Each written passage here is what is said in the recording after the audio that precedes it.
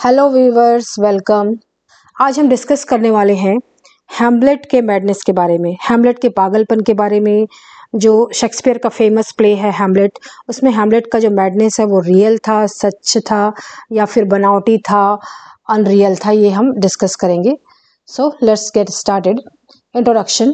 हैम्लेट is considered to be the best tragedy of Shakespeare.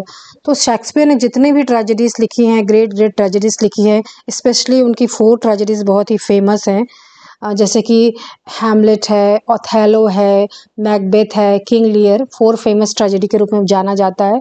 इन सारी tragedy से अगर कोई सबसे बेस्ट है तो हैम्लेट को माना जाता है। And this is the longest play of Shakespeare also. The prince of Denmark, Hamlet is the protagonist of this play. तो हैम्लेट है प्रिंस ऑफ डेनमार्क, डेनमार्क देश का राजकुमार है इस ड्रामा में। और हैम्लेट इस कहानी का हीरो है, इस ड्रामा का हीरो है, प्रोटैगनिस्ट है। He is very complex character. उसका जो कैरेक्टर है बहुत ही कॉम्प्लेक्स है, बहुत ही राउंडेड है, वो पूरा डेवलप होता है उसका जो कैरेक्टर है शुरू से लेके आखिरी तक। His madness in the play is contradictory issue. और जो उसका मैडनेस है, जो उसका पागलपन है, उस पर क्रिटिक्स बहुत ही कॉन्ट्राडिक्टरी व्यूज़ देते हैं। कोई कहते हैं पागल था रियल में, तो कोई कहते हैं कि उसका जो पागलपन था वो नकली था, बनावटी था। On this issue the critics of Shakespeare and the critics of the play are divided in their opinions. और इस इशू में कि उसका जो मैडनेस क्या था, इसके ऊपर जो क्रिटिक्स ने बहुत सारे ओपिनियन दिए हैं और उनका जो ओपिनियन है बहुत डिवाइडेड है, प्रोस और कॉन्स दोनों के बारे में। मतलब कोई अलग बोलता है, कोई दूसरे बोलते हैं, डिबेट है। एक्चुअल में क्या है कि जो हैम्लेट प्ले इतना ज़्यादा पॉपुलर प्ले है और इसके ऊपर इतना रिसर्च हुआ है जितना किसी प्ले के ऊपर नहीं हुआ है। Some critics are of the view that Hamlet is really mad. तो कुछ क्रिटिक्स, कुछ आलोचकों का मानना है कि जो हैम्लेट है उसका मैडनेस रियल है। Some other says that his madness is a mere pretence. तो कुछ कहते हैं कि मियर मीन्स जस्ट, प्रिटेंस है, बहाना है। And is Hamlet's madness real और feigned? This question demands discussion. तो ये बहुत ही डिमांडिंग डिस्कशन है ये। To know the answer of this big question it is essential to analyse and evaluate the major incidents of this play. तो अगर हम इस क्वेश्चन का आंसर जानना है तो हम इसमें डिस्कशन करना पड़ेगा, एनालाइज करना पड़ेगा, और मेजर इंसिडेंट जो हुए थे, घटनाक्रम हुए हैं इस प्ले में, इसके बारे में हमको डिस्कस करना पड़ेगा। Now let's talk about feigned madness, नकली बनावटी मैडनेस के बारे में बात करते हैं जो उनके ऊपर कहा जाता है। First of all it should be noted that फेनिंग of madness is a part of revenge play. अब क्या है कि जो हैम्लेट है बहुत ही फेमस रिवेंज ट्रेजेडी है, बदले वाली ट्रेजेडी है, बदले वाली कहानी है। देखिए, आप बगल में देख रहे होंगे कैरेक्टरिस्टिक्स ऑफ रिवेंज ट्रेजेडी। इसमें लिखा है revenge as a theme, supernatural elements, vengeful ghost, a play within a play, scenes of madness और इंसैनिटी। तो जो रिवेंज प्ले में मैडनेस का सीन जरूर होता है, तो उसी तरह इसी कन्वेंशन को ध्यान देते हुए शेक्सपियर ने मैडनेस डाला है इसमें। इन हैम्लेट शेक्सपियर मेंटेन्स दिस कन्वेंशन, और हैम्लेट ने पूरी तरह से मेंटेन किया है। एलिजाबेथन ऑडियंस को रिवेंज प्ले देखना बहुत पसंद था, तो शेक्सपियर ने बहुत ही अच्छा प्ले परोसा है उनके सामने में। और हैम्लेट में इंसैनिटी है, हैम्लेट की इंसैनिटी है, पागलपन है, और ओफिलिया की भी इंसैनिटी है, जो कि पूरी क्लियर है कि वो पागल हो गई थी अपने पिता के मौत के गम में। Hamlet is sane throughout but feigns insanity. अब हैम्लेट जो है कहा जाता है कि बहुत सेन है, सेन मीन समझदार है, throughout is but feigns, और कहते हैं कि वो जो पागलपन का सिर्फ वो नाटक कर रहा था, वो एक बनावटी चोला पहना था उसने। Some important critics like Dowden, Richardson and Wilson Knight says that Hamlet's madness is not real. तो ये जो क्रिटिक्स हैं, डाउडन है, रिचर्डसन एंड विल्सन नाइट, इनका व्यू है कि जो हैम्लेट का जो मैडनेस है वो रियल नहीं था, but it is a pretence, ये बहाना था। Some others call it crafty madness. तो कुछ कहते हैं कि मैडनेस तो था लेकिन क्राफ्टी था, मेथड इन मैडनेस था। उसे एक तरह से मैडनेस में भी एक कहना चाहिए क्राफ्ट था, मतलब कहना चाहिए आर्ट था। Some of the important characters like Claudius and Polonius always suspect his madness. तो इसमें जो मेन कैरेक्टर्स हैं जैसे क्लॉडियस है, बहुत ही चालाक धूर्त किस्म का जो उसका चाचा है, जिसने ये पूरे प्ले का जो एंटागनिस्ट है, कहना चाहिए विलेन है। और पोलोनियस है जो prime minister of chief counsellor of Claudius है। इन सब का व्यू था कि इनको शक था कि ये जो हैमलेट जो पागलपन कर रहा है ये सच है कि नहीं है, लेकिन उनका व्यू था कि ये सच नहीं है, इसमें कुछ ना कुछ बात है, ये कुछ ना कुछ नकलीपन है इसमें। जैसे पोलोनियस कहता है ए साइड भी, मतलब एक अपने आप से ही बात करता है वो, जिसमें ऐसा मतलब होता है कि दूसरा नहीं सुन रहा है उस व्यू को। तो उसमें वो कहता है कि though this be madness yet there is a method in it. तो कहता है कि ये हो सकता है कि ये मैडनेस हो, लेकिन इस मैडनेस में भी मेथड है, मतलब एक प्रकार का आर्ट है, एक प्रकार की कला है, और कुछ ना कुछ ये छिपा रहा है। और वहीं पर क्लॉडियस जो है बहुत ही श्रीउड मैन है, चालाक आदमी है, जो उसका चाचा है, वो भी सस्पेक्ट करता है कि हैमलेट का जो मैडनेस है वो रियल है कि नहीं है। और वो ऑब्जर्व करता है और कहता है love this affection do not that way tend nor what he shake though it lack form a little was not like madness. तो वो कहता है ये एक्ट सेकेंड सीन 2 में कहता है कि मुझे नहीं लगता कि इसका जो पागल हुआ है ये लॉ के कारण हुआ है, मुझे नहीं लगता कि ये मैडनेस एट ऑल, ऐसा कह देता है वो। तो इन जो चालाक धूर्त आदमियों को भी समझ में आ गया था कि जो मैडनेस था उसका रियल नहीं था। दो through his various statements, speeches and soliloquies, Hamlet himself accept that he is not mad। और उसका बहुत सारा soliloquy है जिसमें अपने आप से बातें करता है वो, और बहुत सारे speeches हैं जिसके जरिए हम जान सकते हैं कि वो mad नहीं था, पागल नहीं था। We can find his acceptance in following statement। उसका जो acceptance है हम देख सकते हैं statement में उसके। Once he says to Horatio जो उसका बेस्ट फ्रेंड था यूनिवर्सिटी ऑफ विटनबर्ग में, जो उसके साथ पढ़ाई करता था, तो उसको वो बताता है कि here as before never so help you mercy how strange or odd soe'er I bear myself as I perchance hereafter shall think meet to put an antic disposition on. तो once again he says to his mother. अब यहाँ पर क्या है कि वो Horatio से अपने बेस्ट फ्रेंड से कह रहा है कि यहाँ आज के बाद मैं क्या करूँगा, अपने दुश्मनों को छकाने के लिए, उनको मैं मतलब उनसे बदला लेने के लिए क्या करूँगा, एक एंटीक डिस्पोजिशन रखूँगा, मतलब एक मैडनेस का नाटक करूँगा। यहाँ पर वो कह रहा है, स्पष्ट तौर पे कह रहा है। Once again he says to his mother that he is not really mad, he says। और एक बार फिर वो अपनी मदर से भी कहता है कि वो रियल में मैड नहीं है, पागल नहीं है। और वो कहता है माई पल्स एज यूअर्स डॉथ टेम्परेटली कीन टाइम। जिस तरह से तुम्हारी जो पल्स चल रही है वैसी मेरी भी चल रही है। एंड मेक एज हेथफुल म्यूजिक, और बहुत ही अच्छा म्यूजिक बजा रही हैं। इट इज़ नॉट मैडनेस, ये मैडनेस नहीं है, पागलपन नहीं है। दैट आई हैव ऑटर्ड, जो मैंने कहा है वो पागलपन नहीं है, मैं पागल नहीं हूँ, ऐसा वो कहता है। Bring me to the test and I the metal will reword which madness would gambol from. तो किसी के सामने भी लाओ और मैं इस मैटर को सॉर्ट आउट कर दूंगा कि मैं पागल नहीं हूँ, ऐसा वो अपनी माँ से कहता है। जब उसके रूम में वो मिलता है और उसकी माँ बोलती है तुम पागल हो गए, तुम किससे बातें कर रहे हो इस तरह से, तब वो कहता है कि मैं पागल नहीं हूँ, एक्चुअल में तो तुम अपराधी हो जिसने मेरे पिता को इतना जल्दी भुला दिया, ऐसा वो कहता है। Hamlet assumes madness for various reasons. अब हैमलेट जो है एज्यूम करता है, एक तरह से अपने ऊपर चोला वो डालता है मैडनेस का, बहुत सारे रीजन है उसके।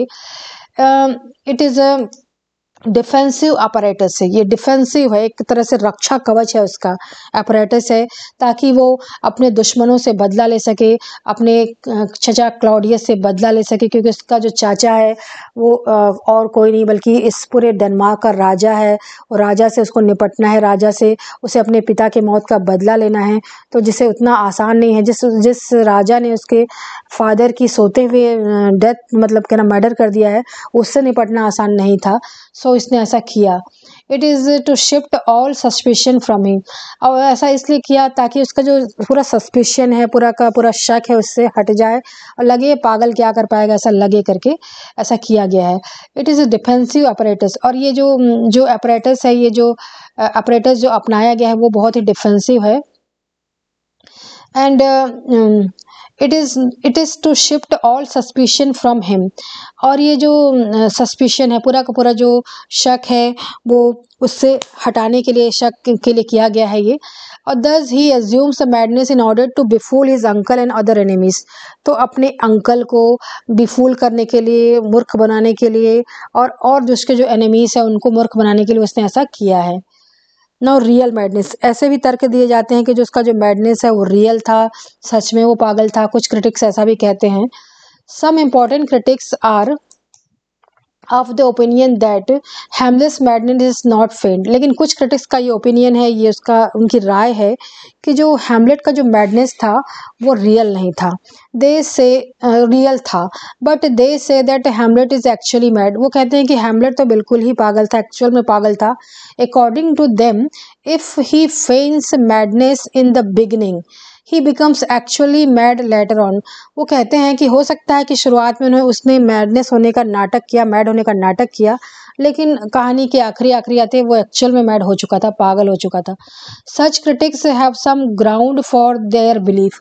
और ऐसे क्रिटिक्स के कुछ ग्राउंड्स या कुछ उनके कहना चाहिए इसमें वो अपने तर्क देते हैं कि किस वजह से ऐसा वो कह रहे हैं। They refer to Hamlet's hysterical outburst in interview with his mother. वो कहते हैं कि कैसे, जिस तरह से अपनी माँ के साथ वो व्यवहार करता है, बहुत ही बुरा व्यवहार करता है, एकदम हिस्टोरिकल पागल टाइप का व्यवहार करता है। खासकर जब गर्ट्रूड उसको अपने चैम्बर में बुलाती है, जब जो प्ले विद इन प्ले खेला गया, माउस ट्रैप खेला गया, उसके बाद वो बुलाती है, तब उसके साथ जो व्यवहार हुआ। And by the graveyard side of the Ophelia. और जब ओफिलिया को दफनाया जा रहा था ग्रेव यार्ड में, तब उस समय जो उसने हरकत की, कैसे कब्र पे कूद गया और लड़ने लगा लियटिस से, ये सारी चीज़ें वजह से लगता है कि वो पागल था। The murder of Polonius, his consent to participate in duel with Leotis and his behavior at Ophelia's funeral prove his madness। तो जो पोलोनियस का उसने जो मर्डर किया था, ये देखिए आप पिक्चर में देख रहे हैं पोलोनियस का, यहाँ पोलोनियस छिपा है पर्दे के पीछे, और हैमलेट रैशनेस में आओ देखा ना ताओ उसने यहाँ पे तलवार भोंप दी। तो इस समय जिसने अपने माँ के साथ जो व्यवहार किया, उसकी माँ डरी हुई है। तो ये बताता है कि वो पूरी तरह से मैड था, ऐसा करके क्रिटिक्स कहते हैं। और the murder of Polonius, his consent to participate in duel with Leotus and his behavior of Ophelia's funeral proves his madness। तो क्रिटिक्स का व्यू है कि जैसे कि उसने पोलोनियस का मर्डर कर दिया, और उसका मर्डर करने के बाद जिस तरह से उसने हरकत की, और जैसे उसकी बॉडी को खींच के ले गया, उसके बाद जो बातें की, और जैसे उसका बिहेवियर था ओफिलिया, उसकी जो लव इंटरेस्ट थी, उसके फ्यूनरल में, उसके अंतिम संस्कार के समय उसके ग्रेव यार्ड में कूद गया, ये सारी हरकतों से लगता है कि वो पागल था। और जैसे उसने लियटिस, उसका जो ओफिलिया का ब्रदर था, उसने उसको डुएल में मतलब एक फेंसिंग मैच था, एक तलवारबाजी का जो मैच था, उसमें आमंत्रण दिया था, उसको तुरंत मान गया इसकी वजह से, ऐसा मानते हैं critics. The characters like Gertrude and Ophelia also believe in his madness. इसके अलावा खुद उसकी जो माँ है गर्ट्रूड और ओफिलिया जो उसकी गर्लफ्रेंड है, उनको भी लगता है कि वो पागल था। He was surrounded by maddening problems. लेकिन एक्चुअली क्या था कि उसके जो प्रॉब्लम्स थे वो मैडनिंग थे, ऐसे प्रॉब्लम्स थे जिससे आदमी पागल हो जाए। The fact is that Hamlet is disturb due to a lot of shocks. तो फैक्ट ये था, सच्चाई ये थी कि हैमलेट के पास इतने सारे प्रॉब्लम थे कि उन प्रॉब्लम की वजह से, डिस्टर्बेंस की वजह से पूरी तरह से डिस्टर्ब हो गया था, मेंटली डिस्टर्ब हो गया था, और उसको एक शॉक लगा था, खूब बड़ा शॉक लगा था। He receives 3 root shocks. उसको 3 बड़े बड़े शॉक्स लगे थे, जैसे कि these shocks, root shocks are death of his father. उसके फादर की डेथ हो गई थी एकदम अनटाइमली, अपने फादर जिसको बहुत ज़्यादा प्यार करता था। और एक और रीज़न था कि उसका जो फादर था उसकी मौत हुई थी सोते वक्त, मतलब जब वो सो रहा था गार्डन में, तभी उसके जो ब्रदर ने उसके कान में जहर डाल दिया था। तो जब उसका घोस्ट उसको बताता है कि जब मैं सो रहा था तो मेरे चाचा ने, मतलब तुम्हारे चाचा ने मेरे कानों में जहर डाल दिया और मैं भटक रहा हूँ भूत बनकर। तो एक्चुअली क्रिश्चियन बिलीफ के अनुसार जिसकी मौत सोते हुए हो जाती है, जो अपनी पापों के लिए प्रायश्चित नहीं कर पाता, भगवान से प्रार्थना नहीं कर पाता, वो उसको स्वर्ग नहीं मिलता।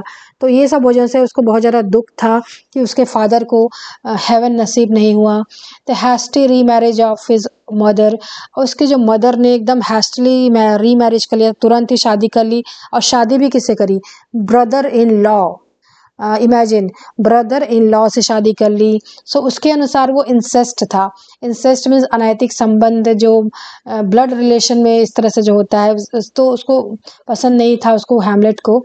The loss of his hope of inheriting the throne, और उसके में ये भी था कि उसको उसको उसको लगता था कि जो उसका जो थ्रोन है, जो सिंहासन था, उसके पापा विराजमान थे। उसके पापा के बाद वो जो सिंहासन था उसको मिलना था, लेकिन उसको नहीं मिला, उस पर कब्जा कर लिया उसने, क्लॉडियस ने। एंड ऑफिलिया बिट्रियल, ऑफिलिया भी क्या करी कि उसकी जो उसकी वो लव इंटरेस्ट थी, लेकिन उसने उसने अपने भाई का साथ दिया, अपने फादर का साथ दिया, और उसने क्लॉडियस के साथ और पोलोनियस के इस षड्यंत्र में साथ दिया कि उन लोग हैमलेट का जासूसी कर सकें। ड्यू टू दीज शॉक्स, और ये सारे शॉक्स की वजह से ही लॉजेस हिज मेंटल बैलेंस, तो ये सारे शॉक्स जब मिले तो उसका जो मेंटल बैलेंस बिगड़ गया, क्योंकि उसको लगा व्हाट्स द बिग डील, उसकी लाइफ में क्या बचा है। उसकी मदर है जिसने तुरंत शादी कर ली, उसके फादर जो उसको प्यार करते थे वो नहीं है, उसकी जो प्रेमिका थी वो भी नहीं है, तो there is nobody in his life. तो एक तरह से सारा शॉक था उसके माइंड में। Sometimes he thinks of suicide also, और कभी कभी वो सुसाइड के बारे में भी सोचता था। ही सोलिलोक्वीज, वो सोलिलोक्वी करता है, अपने आप से बातें करता है। टू बी और नॉट टू बी, बहुत ही फेमस सोलिलोक्वी है उसका। टू बी और not to be, that is the question. यहाँ रहूँ जिंदा रहूँ कि ना रहूँ, ये क्वेश्चन है। ये whether it is nobler in mind to suffer the sling and the arrows of outrageous fortune, क्या अपने दिमाग में ये सारे जो ये फॉर्चून के जो तीर है उनको झेलना है, इस भाग्य के थपेड़ों को झेलना चाहिए।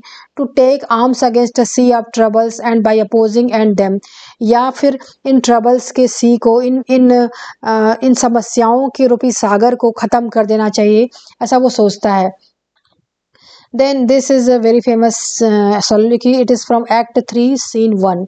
ये सब अगर जो ओरिजिनल टेक्स्ट से आप लिखेंगे, अगर ओरिजिनल टेक्स्ट से जो फ्रेजेस और जो वर्ड्स और सेंटेंसेस लिखेंगे, तो बहुत ही आपका जो आंसर है अट्रैक्टिव बनेगा। The communion with the ghost of his father aggravates the situation, और जो उसका अपने फादर, उसके जो फादर के घोस्ट से उसकी जो मुलाकात होती है, और उसके जो घोस्ट ने जो उसको आज्ञा देता है कि बेटा मैं तुम्हें बहुत प्यार करता था, तुम भी मुझे प्यार करते हो, अगर तुम जरा सा भी मेरे को प्यार करते हो तो तुम मेरे मौत का बदला लोगे। इस तरह से वो जो असाइनमेंट दिया रहता है अपने बेटे को, जिसकी वजह से भी वो उसका जो सिचुएशन बहुत ज़्यादा ख़राब हो गया। हैमलेट जो था वो बहुत ही सेंसिटिव सोल था। वो एक पॉलिटिशियन नहीं था, एक योद्धा तो था लेकिन पॉलिटिशियन नहीं था। वो बहुत ही सेंसिटिव आदमी था, ऐसा सेंसिटिव आदमी जो मर्डर के लिए नहीं बना था, और ऐसा सेंसिटिव आदमी जो सारे थपेड़ों को झेल नहीं सकता था। इस वजह से उसका मेंटल बैलेंस डगमगा गया था। Conclusion, to conclude, Hamlet's madness is really very difficult issue. तो हैमलेट का जो मैडनेस है, हैमलेट का जो पागलपन है, बहुत ही डिफ़िकल्ट इशू है, डिफ़िकल्ट टॉपिक है। Opinions are divided on this, और अलग अलग ओपिनियंस डिवाइडेड है इसमें। कोई कुछ कहता है, कोई कुछ कहता है।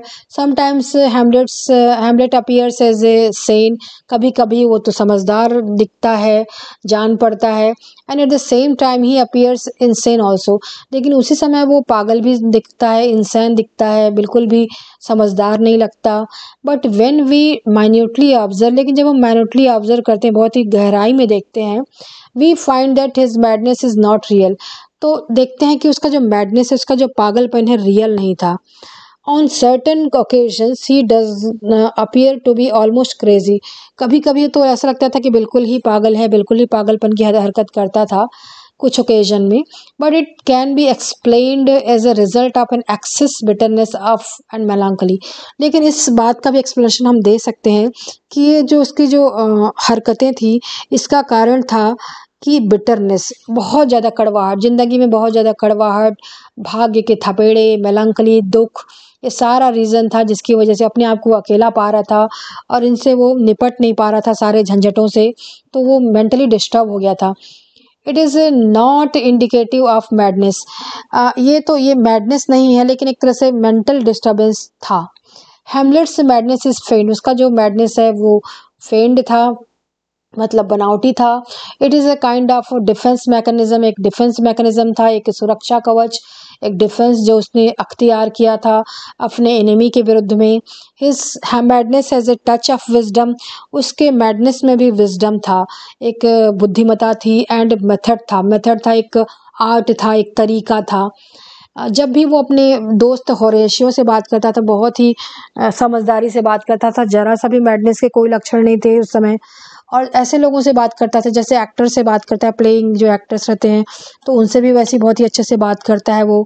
और जब भी वो मतलब ऐसे लोगों से बात करता है जिनसे उनको कोई परेशानी नहीं है, तो बहुत ही सही तरीके से, बहुत ही तरीके से बात करता है। जब रोजनक्रैंड और गिल्डस्टन जो उसके जो दोस्त रहते हैं और उनसे पूछते हैं, जो उसके जो मदर पूछती हैं कि हैमलेट ने तुमसे किस तरह से मिला करके, तो कहते हैं उन लोग कि एकदम जेंटलमैन की तरह मिला। तो इस तरह से तो सभी लोग कहते थे बहुत ही मतलब अच्छे तरीके से वो करता था। और जब वो ग्रेव डिगर सीन में भी जब वो क्या करता है कि ग्रेव डिगर लोग से बातें करता है, तो स्कल के बारे में, जो खोपड़ी के बारे में जो कमेंट्स करता है, उससे भी लगता है कि वो बहुत ही सेन था। वो कहता है, I know him Horatio a fellow in infinite jest of most excellent fancy, he hath borne me on his back 1,000 times his generalisation. वो कहता है, where are you gifts now, your gambols, your songs, your flashes of merriment that were wont to set the table और roar. तो इस तरह से कहता है, ये सारी के सारी हंसी खुशी कहाँ गई, अब तुम जो मौत आ गई जिसकी वजह से तुम ये सारा कुछ नहीं कर पाए। इस तरह से बहुत ही एकदम फिलोसॉफिकल बेंट ऑफ माइंड का था वो, फिलोसफी दर्शन का स्टूडेंट था वो, फिलोसफी का स्टूडेंट था। और वो उसी तरह से उसकी जो बातें थी, ऐसी बातें कोई पागल नहीं कर सकता। Then it is a kind of a defense mechanism. His madness has a touch of wisdom, and all men of genius are somewhat mad, and Hamlet is mad only because he is genius. तो Hamlet genius था, हर genius इंसान में कुछ न कुछ होता ही है, tinge of madness। तो इस तरह से वो genius था। His madness has a touch of wisdom, and he is depressed and melancholy, and yet mostly he retains his artistic sense। वो बहुत ही डिप्रेस्ड था, अवसाद था, उसको दुखी था, मेलांकली था, फिर भी बहुत कुछ अपना वो आर्टिस्टिक सेंस उसका बचा हुआ था। वो थिएटर का प्रेमी था, नाटक देखना उसे पसंद था। His ready wit and his imaginative vision, उसका जो विट था, उसका जो बुद्धिमता था, उसका जो इमेजिनेशन था, उसकी जो कल्पना शक्ति थी, उसका जो विजन था, वो कमाल का था। Hamlet is not entirely Sen, लेकिन हैमलेट पूरी तरह से सेन, पूरी तरह से समझदारी वाली हरकतें नहीं करता था। There are many occasions in the play when Hamlet's madness is revealed unmistakably. तो इस प्ले में बहुत सारे ओकेजन्स हैं, समय है जब जो हैमलेट का जो मैडनेस है सामने आता है हमारे सामने अनमिस्टेकेबली, जिसमें हम कोई मिस्टेक नहीं है कि वो मैड है कि नहीं है। ऐसे भी ओकेजन्स आए हैं जब उसके मैडनेस का पता चलता है। If Hamlet was not mad, he would not spare the king at his prayer or delay indefinitely in taking revenge or contemplating suicide in the first soliloquy। तो अगर हैमलेट वॉज नॉट मैड, अगर वो mad नहीं रहता, तो he would not spare the king at his prayer. तब वो क्या करता कि उसको, राजा को वो प्रेयर के समय मार देता, वो उसको छोड़ देता है, और उसको डेफिनेटली जो रिवेंज उसको लेना था, बदला लेना था, उसको डिले करता है। अगर वो पागल रहता तो तुरंत आओ देखता न था, कुछ सोचे समझे बिना ही वो क्लाउडियस को मार सकता था, लेकिन ऐसा नहीं करता है। उसके में जो हैबिट थी प्रोक्रेस्टिनेशन की, वो डिले करता है, पहले तो प्रेयर के टाइम उसे नहीं मारता, फिर ऐसे बहुत सारे ओकेजन में उसको नहीं मारता। On the contemplating suicide in the first soliloquy, और इस तरह से उसको फिर कॉन्टेम्पलेट भी करता है, सुसाइड को अभी कॉन्टेम्पलेट करता है। If Hamlet was not mad, he would not spare the king. Then so Hamlet is not completely mad. He is not entirely sane either. तो हम कह सकते हैं कि ना वो पूरी तरह से पागल था, ना पूरी तरह से सेन था, ना पूरी तरह से समझदार था। His condition is somewhat between the two. उसका जो कंडीशन था दोनों के बीच का था। One critic has aptly remarked that Hamlet's condition is lies less than madness. कुछ क्रिटिक्स कहते हैं, एक क्रिटिक कहते हैं कि जो उसका जो कंडीशन था मैडनेस से थोड़ा कम था, पागलपन से थोड़ा सा एक स्टेप नीचे था, मोर देन फेंड। लेकिन जो फेंड है, फेंड मतलब होता है जो बनावटी मैडनेस था उससे भी ऊपर था, मतलब उस ग्राफ में कहीं ना कहीं बीच में वो आता था उसका जो मैडनेस है, जहाँ पर नकली से तो ऊपर था लेकिन असली से भी थोड़ा नीचे था, बीच का था। Hamlet's thought process are contaminated in such a way that he has a diseased vision of world and humanity। तो उसका जो थॉट प्रोसेस ऐसा था कि इसका जो थॉट प्रोसेस ऐसा था कि जो उसका जो पूरा विजन था, उसका जो दुनिया को देखने का जो तरीका था वो एक तरह से डिजीज्ड हो गया था, और वो ह्यूमैनिटी को उसको बहुत ज़्यादा क्योंकि उसको जिस तरह से उसको उसके ज़िंदगी में परेशानी आई थी, उसको जिस तरह से धोखा मिला था, इसकी वजह से उसका जो विजन था वो थोड़ा सा नेगेटिव हो गया था।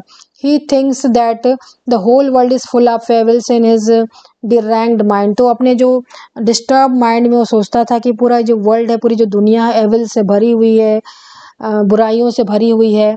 And killing one Claudius could not solve the problem. और एक क्लॉडियस के मार देने से ये प्रॉब्लम सॉल्व नहीं होने वाला है। Hamlet suffers from a disease that modern psychotherapist call schizophrenia। तो मॉडर्न साइकोथेरेपिस्ट ने जो ये समझते हैं कि उसकी जो डिजीज़ है वो थी सिजोफ्रेनिया। ये आर्टिकल वगैरह में आते हैं, सब रिसर्च आर्टिकल वगैरह में। His mind is split into two, recent research हुए हैं इसके ऊपर, इसके हिसाब से है। और उसका जो माइंड है वो दो भागों में बटा हुआ था, स्प्लिट माइंड का था वो। The question of to be और not to be, that's the trouble him is partially the result of schizophrenic condition.